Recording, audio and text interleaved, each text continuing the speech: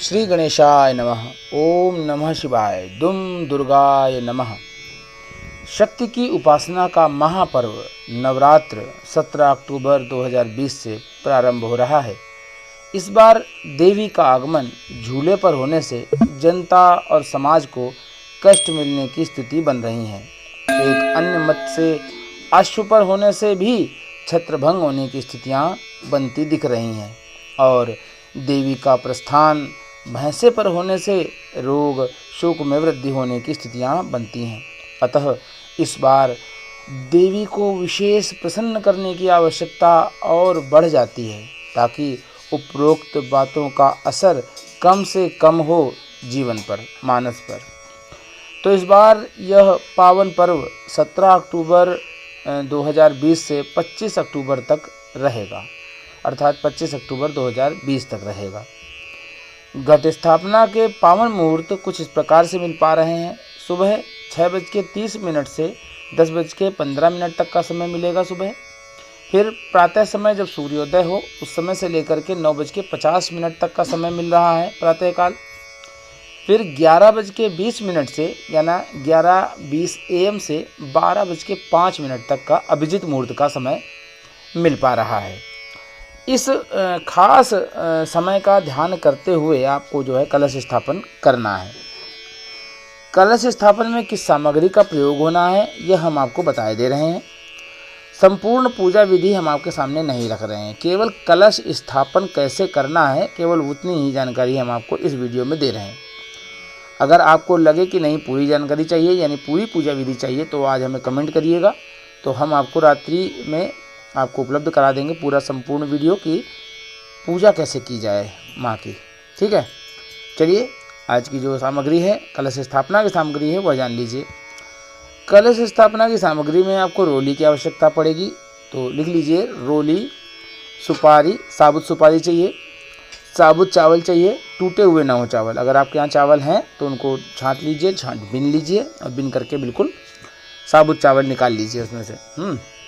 जो वर्तमान में धन चल रहा है, सिक्के चल रहे हैं यानी कि जो मुद्रा इस समय प्रचलन में है उस मुद्रा के कुछ सिक्के अपने पास रख लीजिए, अर्थात धन रख लीजिए। लाल रंग का एक आसन खरीद लीजिए। कलश के लिए मिट्टी का एक पात्र खरीद लीजिए। जौ बाज़ार में आराम से मिल जाएंगे, जौ खरीद लीजिए। मिट्टी थोड़ी सी अलग से इंतजाम कर लीजिए कहीं से, सूखी मिट्टी। और जल से भरा हुआ एक कलश की आवश्यकता पड़ेगी। और कलावा की ज़रूरत है, इलायची की ज़रूरत पड़ रही है, लौंग, कपूर और अशोक या आम के पत्ते 5 पत्तों की आवश्यकता पड़ेगी। आम के हों तो भी और अशोक के हों तब भी। नारियल का प्रयोग करना है आपको, वो भी गीला नारियल ले लीजिएगा और गीला ना हो तो सूखा भी चलेगा। ठीक है, चुनरी माता को लिए और सिंदूर, फल, फूलमाला, श्रृंगारदानी या श्रृंगार की दानी जिसको बोलते हैं, श्रृंगारदानी, श्रृंगार सामग्री, सुहाग सामग्री भी कहीं कहीं बोला जाता है, और माता की एक फ़ोटो। इतनी आवश्यकता पड़ेगी। अगर आपके यहाँ मूर्ति है तो मूर्ति। ठीक है ना। चलिए हम लोग कलश स्थापना की विधि की तरफ आते हैं। कलश स्थापना की विधि क्या होगी? देखिए, हम पूजन आपको नहीं बता रहे हैं किसी भी प्रकार से। ठीक है, कलश स्थापना कैसे करनी है यह विधि हम आपके सामने बताए दे रहे हैं। तो जिस जगह आपको कलश स्थापना करनी है वह जगह गंगा जल से पवित्र कर ले। उस स्थान पर स्वास्तिक बनाएं। उस स्वास्तिक पर थोड़ी सूखी मिट्टी बिछा दें। फिर वहाँ पर जौ के बीज उस मिट्टी में डाल दें। अब उन पर यानी उन जौ पर थोड़ी मिट्टी और डाल दें। अब उसमें थोड़े से पानी का छिड़काव कर दें। अब एक कलश ले लें और उस पर स्वास्तिक बना लें। स्वास्तिक 3 बनाइएगा, 3 तरफ, या 5 बनाइएगा, 5 तरफ से, मतलब गोल गोल घुमा के 3 या 5 की संख्या में स्वास्तिक बना लीजिएगा। ठीक है ना। और क्या करना है उसके बाद, अब आपको कलश के गले में यानी कि जो गला है वहाँ पर कलावा बांध लेना है। देखिए, उसमें भी 3 राउंड लेने हैं या 5 राउंड लेने हैं। ठीक, वो बांध लीजिएगा। मंत्र आता हो तो अच्छी बात, नहीं आता हो कोई बात नहीं, कलावा आप बांध लीजिए। बस माता का ध्यान रखिएगा अपने मन में कि मैया समस्त प्रकार के कष्टों को दूर करो, ऐसी भावना करते हुए, या दुम दुर्गाय नमः यह मंत्र भी आप कह सकते हैं। इसके बाद कलश को उस स्थान पर रख दें जहाँ जौ के बीज छोड़े थे आपने। अब उस कलश में गंगा जल और शुद्ध जल भर दें। उसके बाद उस कलश में साबुत सुपारी, फूल और दूब डाल दें। दुर्वा आती है आराम से, घास, दूब घास बोलते हैं उसको, तो दुर्वा डाल दें। सेंट छोड़ दें, पंचरत्नी छोड़ दें। पंचरत्न के अभाव में आप सोने का सिक्का भी या सोना भी आप उसमें छोड़ सकते हैं। सोने की अंगूठी हो या कुछ भी वस्तु हो वो आप उसमें छोड़ सकते हैं, वो बाद में आपको ही प्राप्त होगा। और वर्तमान समय का रुपए का एक सिक्का डाल दें उसमें, ठीक है।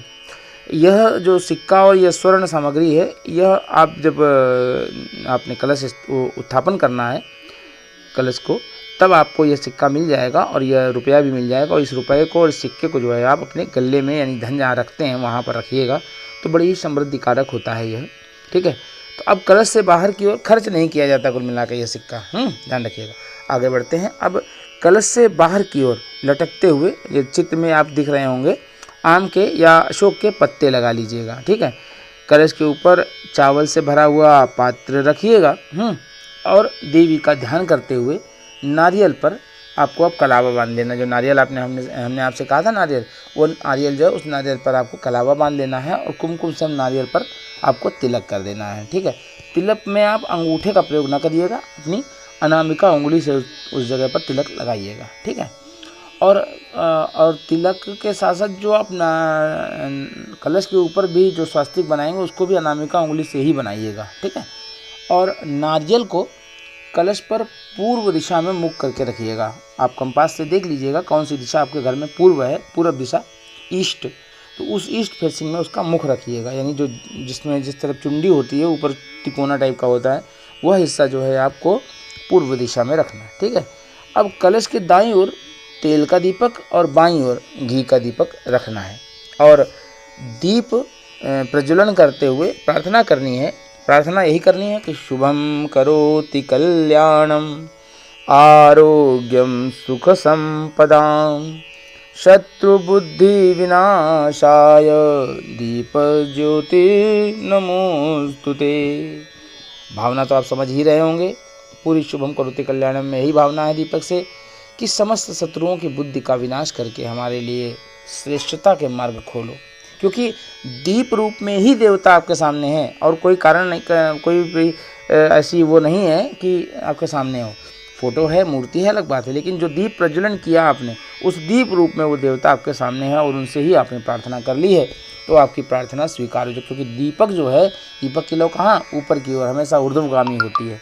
तो ऊर्ध्वगामी लौ जब होती है तो वो आपको वो प्रार्थना जो है वो सीधे उस आकाश वायुमंडल में पहुंचाती है, ठीक है ना। तो इस प्रकार से यह भावना हो गई।